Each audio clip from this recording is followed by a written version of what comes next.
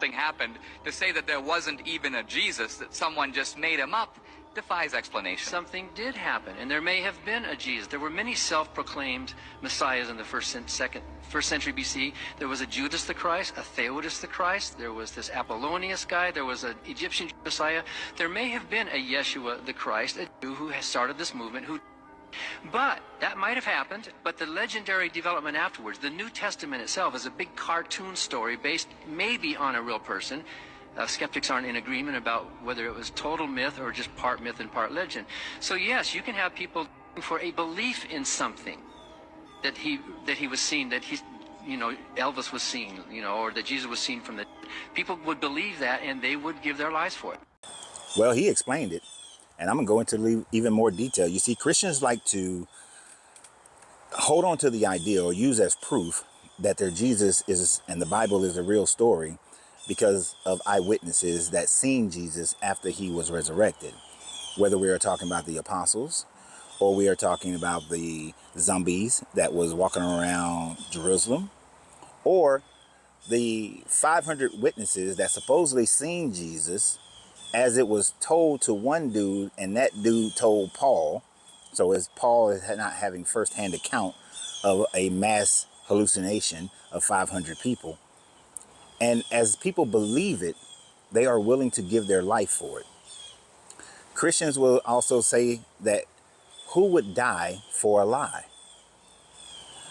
Yet they continuously omit the fact that many Greeks died based on their religion, and they will say that the Greek gods are a lie.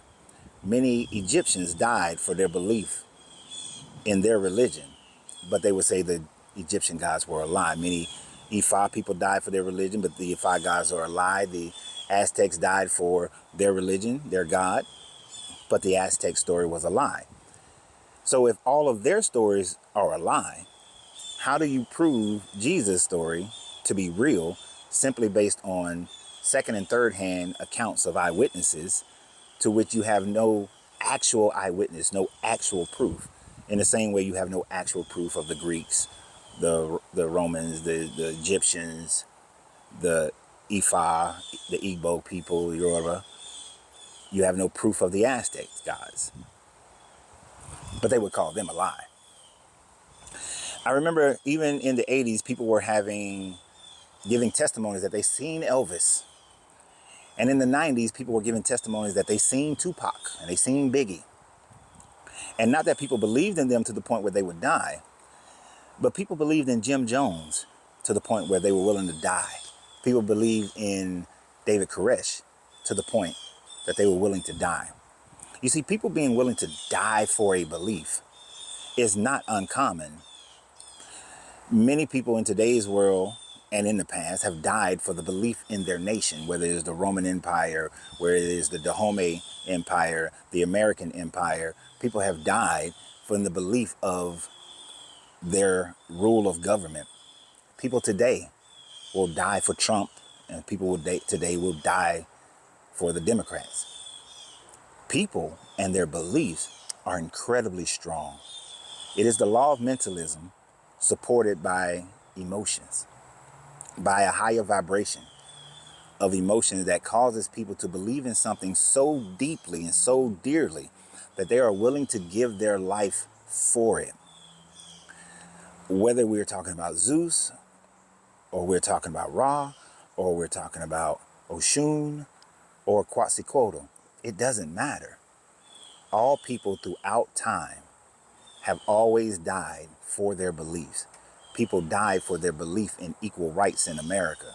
People died for their belief in women's suffrage. People continuously will die for their beliefs. What this demonstrates is the power of the law of mentalism, the Hermetic law. The Hermetic law of mentalism says that whatever you have thoughts, whatever thoughts you have in your mind, if they become supported by your emotions, they become a belief so strong that there is absolutely, in most cases, nothing that could bend that person away from that belief. That they will die believing that they are doing the right thing. During the Civil War, There were thousands, tens of thousands of people who died for the belief that the southern states and any new state should have the right to choose whether or not they want to have slaves. There were people in the North who died because they believed that the Union should be kept together.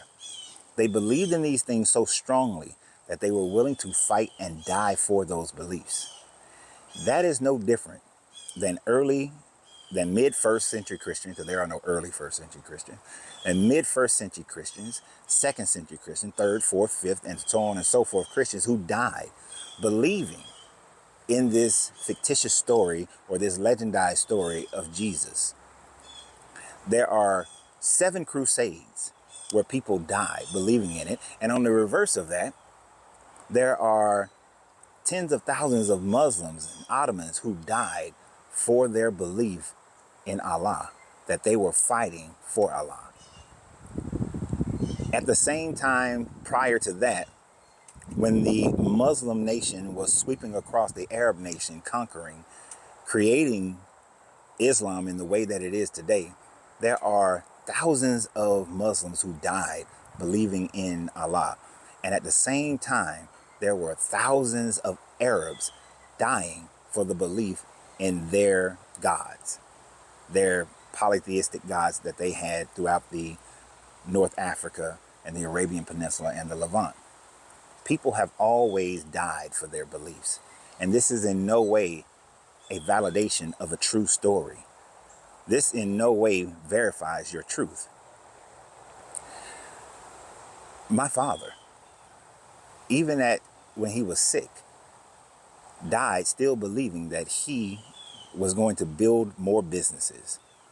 The man had gout, the man couldn't see, he had blind spots, he had all kind of issues, all kind of health issues. But he would call me and say, hey, I have a business idea and I want to get this started. To the day he died, his belief in entrepreneurship kept him going. His mind was still thinking on those terms. He believed in entrepreneurship so dearly that he subjected his health. He rejected health that would keep him alive so that he could develop those businesses. But he still believed in it. Now, I know believing in a business is not the same as believing in a religion. But what it demonstrates is the law of mentalism. That his mind was so centered on building business that he was willing to forego everything else for it. When you have a belief that is so strong that you will forego everything else for it, sometimes it's dangerous, other times it is profitable. So when you are contemplating your next step in life or your current step in life, be mindful as to whether or not your belief is productive or destructive. Do you believe in something so dearly that you miss out on all the glory of living? Do you miss out on family? Do you miss out on children? Do you miss out on living your life when you're so caught up into a belief? And that belief doesn't always have to be a positive belief.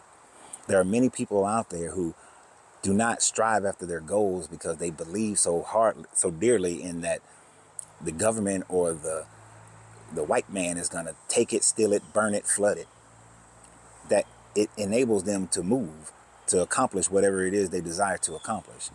It is those that supersede that belief that accomplish great things. But the law of mentalism is always at play, and the law of vibration is always at play. So always remember that you have to have balance of your masculine and feminine energy, the masculine energy of instruction and the feminine energy of nurturing. You have to nurture yourself. You also have to instruct yourself in ways that gives you balance so that you can achieve whatever goals you desire to achieve.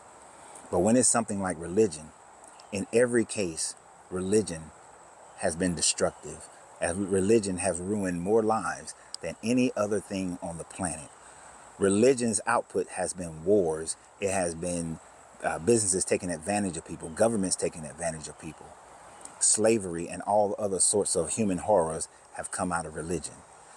So strike the balance.